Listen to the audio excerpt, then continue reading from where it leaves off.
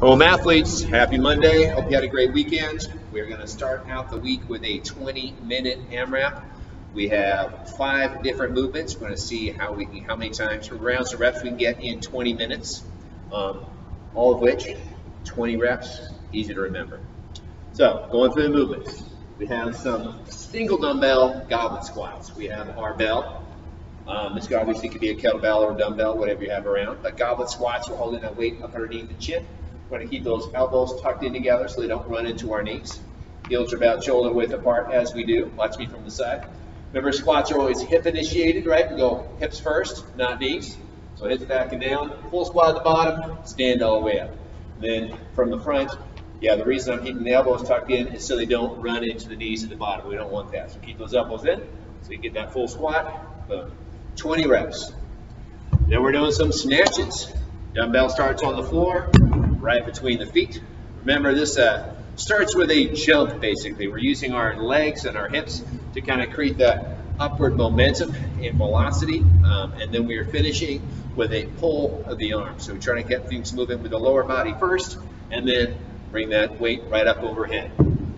Pull the elbows straight up toward the ceiling. This kind of keeps the weight nice and close to the body.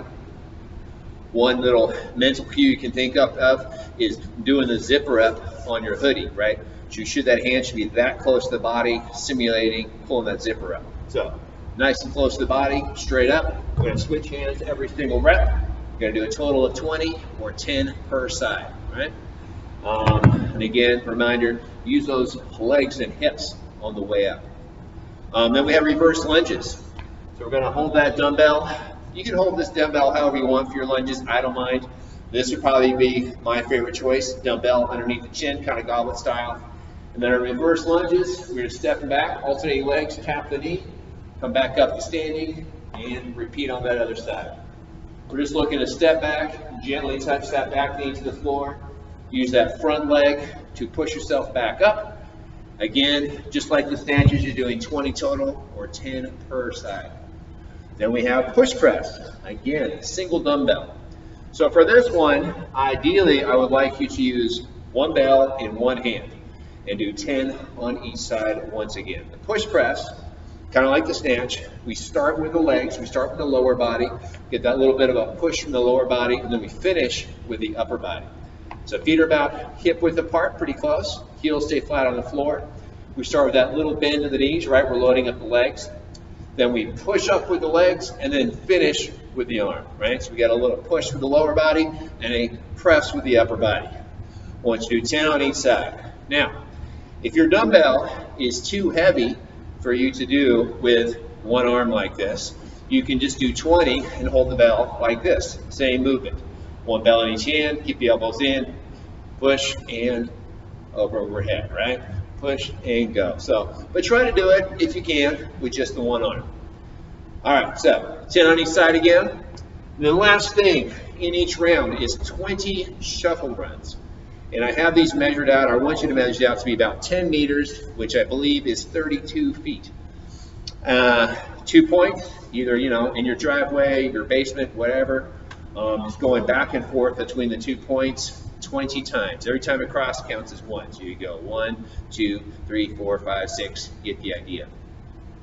If you don't have enough space or can't do shuttle runs wherever you are, you can also just turn that into a 200-meter run, right? Be equivalent distance. So either one of those will work. So goblet squats, snatches, reverse lunges, push press, and some running. Really good mixture of movements, getting a good full body workout today. How many rounds and reps can you do of that in 20 minutes? All right, then moving on to extra credit, the low plank oblique tuck. This is one of our core exercises. I'm a huge fan of this one. It really works our obliques, our muscles at the sides of our abdominal cavity right here, internal and external obliques. Helps for a stronger core, basically, for all the exercise that we do. Helps support that midline, so improves your posture.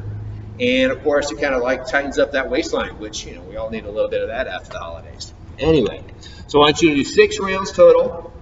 I want you to do 30 seconds of low plank oblique tucks and then 30 seconds of rest. So low plank means we're on our elbows as opposed to high plank with straight arms. And then you've probably done this with me before. Then get into a nice flat plank position. What we're doing is we're pulling the knee up towards the elbow. Keep that leg up off the floor. We're looking to get a nice contraction of those obliques on the side. So we're pulling that knee up towards the elbow. Doesn't have to touch the elbow. We're looking to really contract all the muscles right here. And yeah, just switching sides like I was doing there, left, right, left, right. Don't go fast with these. These aren't mountain climbers or whatever.